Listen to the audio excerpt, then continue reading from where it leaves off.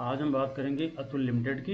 ये chemical sector की बहुत अच्छी कंपनी है और बड़ी कंपनी है काफ़ी, और बहुत ही पुरानी कंपनी है। आप देख रहे हैं 1947 की ये कंपनी है और कई सेक्टर्स में ये केमिकल के सेक्टर्स में काम करती है। उसमें आपको इसके साइड पे मैं दिखा देता हूँ।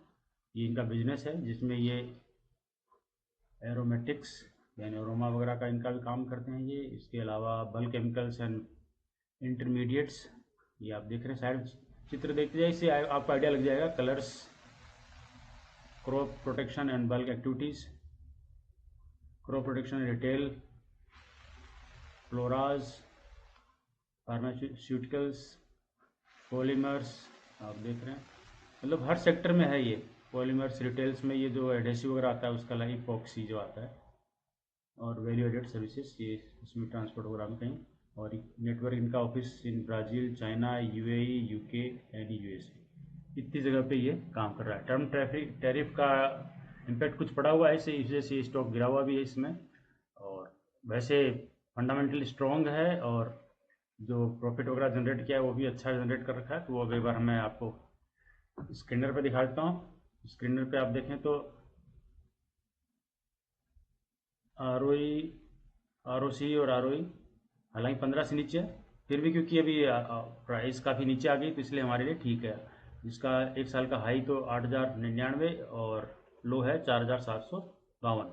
अभी ये बीच में चल रहा है 5,936 के आसपास। अब हम कहाँ पे लेंगे ये हमें एक बार देखना पड़ेगा, वो हम देखेंगे चार्ट पे। उससे पहले एक बार फंडामेंटली समझ लेते हैं इसको।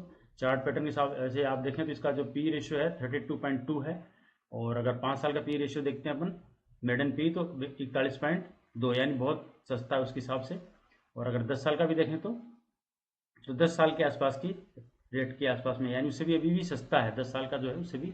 और मैक्सिमम के हिसाब से देखें तो मैक्सिमम से ज़्यादा है, अदरवाइज 10 साल के हिसाब से सस्ता है। और पीयर्स में देखते हैं तो पीयर्स में आप देखिए पिडिलाइट बहुत बड़ा नाम है, गुजरात फ्लोरेंस, ये भी नवीन फ्लोरेंस, और ये दीपक नाइट्रेट, ये सब बड़े बड़े नाम हैं, इन्हीं के साथ में है। और यहाँ पर आप देखिए तो सबसे सस्ता आज की डेट में 32.23 के हिसाब से सबसे सस्ता पी रेशियो के हिसाब से यही है।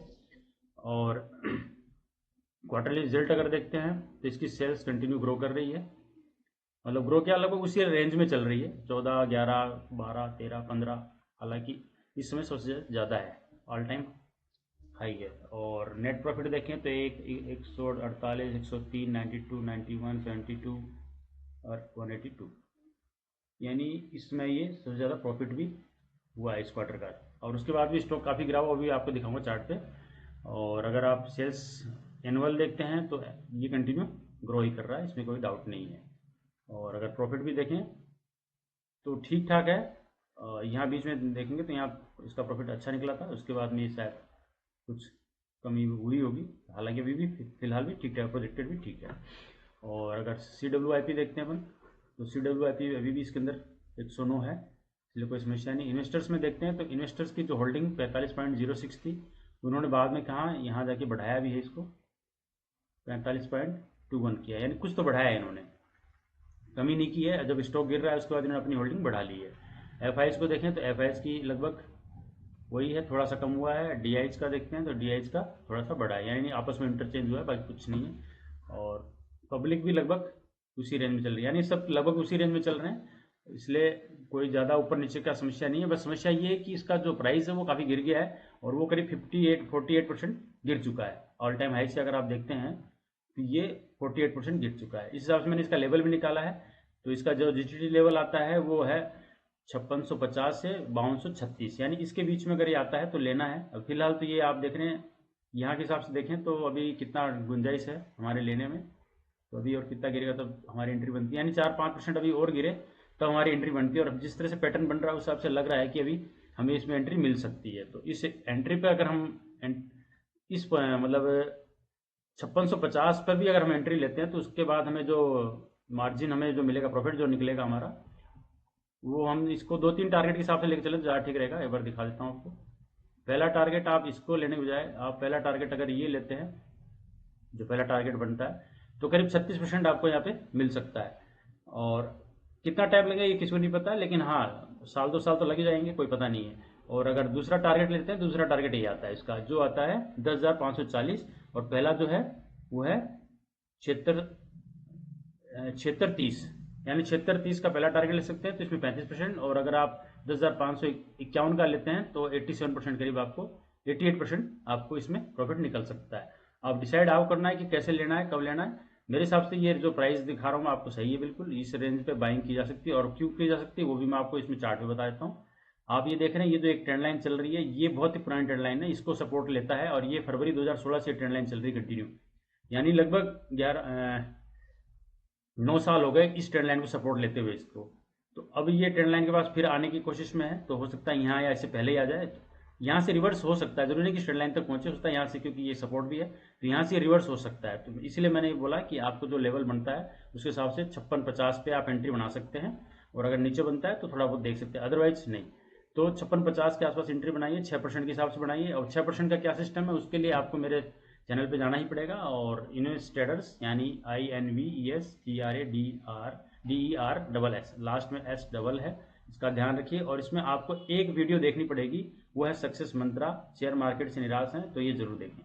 इन्वेस्टिंग विदाउट स्टॉप लॉस कैसे होगा वो आपको ये देखना पड़ेगा, इसको देखने के बाद ही मैं आपको एक बार खोल के दिखाता हूँ। इसमें ज़्यादा कुछ नहीं है, सिर्फ ये चीज़ें मैंने बता रखी है। पे हम जो भी स्टॉक खरीदते हैं क्या है, किस तरह से मैं किसी शेयर का सेलेक्ट करता हूँ, उसका प्रॉफिट या लॉस है, क्या क्या चीज़ देखता हूँ, स्मार्ट मनी किस तरह से काम करती है, इन सब चीज़ों के बारे में बताया। इसको आपको एक बार देख लेंगे तो आप अगर जब इस स्टॉक में एंट्री करेंगे तो आपको डर नहीं लगेगा कि यार मैंने गलत स्टॉक तो नहीं ले लिया।